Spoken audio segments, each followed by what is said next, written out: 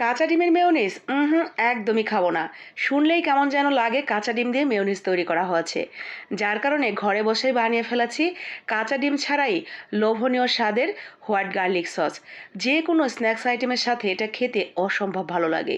তো আমার মতো যারা কাঁচা ডিম দিয়ে মেয়োনিজ তৈরি করা হয় বলে মেয়োনিজ খেতে ইচ্ছে করে না, তারা কিন্তু আমার এই রেসিপিটা ফলো করে হোয়াইট গার্লিক সসটা বানিয়ে নিতে পারেন একটা সেদ্ধ ডিম দিয়ে। তো আমরা প্রথমেই একটা সিদ্ধ ডিম করে নিলাম।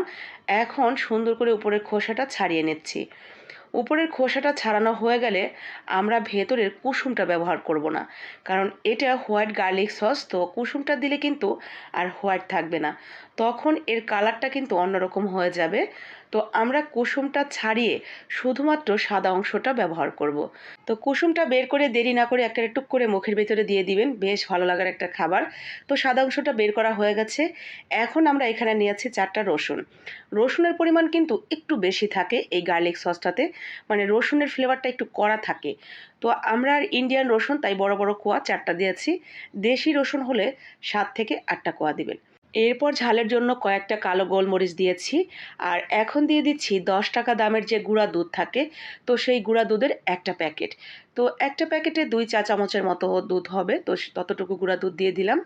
আর এখন দিব সয়াবিন তেল।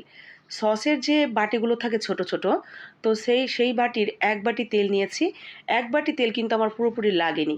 তো আমরা 2 ধাপ 3 ধাপে এইভাবে আস্তে আস্তে দিয়ে নিব। প্রথম ধাপে ব্লেন্ডার করে নিয়ে এরপরে স্বাদ মতো লবণ এবং 1 চা চামচ চিনি দিয়েছি। আবারও সাথে তেল দিয়ে ব্লেন্ড করে নিলাম। তো 2 ধাপে ব্লেন্ড করেই কিন্তু আমার হয়ে গেছে খুব সুন্দর একটা মেয়োনেজ। এখন আমাদের আর একটা উপকরণ যোগ করতে হবে, সেটা হলো লেবুর রস। যদি মেয়োনেজটা সাথে সাথে খেয়ে ফেলেন, তাহলে অল্প একটু লেবুর রস যোগ করে নেবেন। এতে করে দারুণ একটা ফ্লেভার, সেই সাথে একটু টক টক ভাব লাগবে, খেতে ভালো লাগবে। যদি এটা কিছুদিন রেখে দিতে চান, মানে ধরেন 2-3 দিন, তাহলে এর সাথে একটু ভিনেগার দিবেন লেবুর পরিবর্তে। তো ভিনেগার দিলে সসটা খুব সহজে নষ্ট হবে না, আর লেবুর মতো টকটক ভাব লাগবে। তো এই তো হয়ে গেছে, দেখেই হয়তো বুঝতে পারছেন এটা কতটা পারফেক্ট হয়েছে। আর মাশাআল্লাহ আলহামদুলিল্লাহ, এটার টেস্টও অনেক ভালো ছিল। তো যারা খেতে পছন্দ করেন বিভিন্ন স্ন্যাক্স আইটেমের সাথে, তারা বানিয়ে নেবেন। ভালো লাগলে লাইক কমেন্ট শেয়ার করে দিবেন, যাতে সবাই দেখে বানিয়ে নিতে পারে।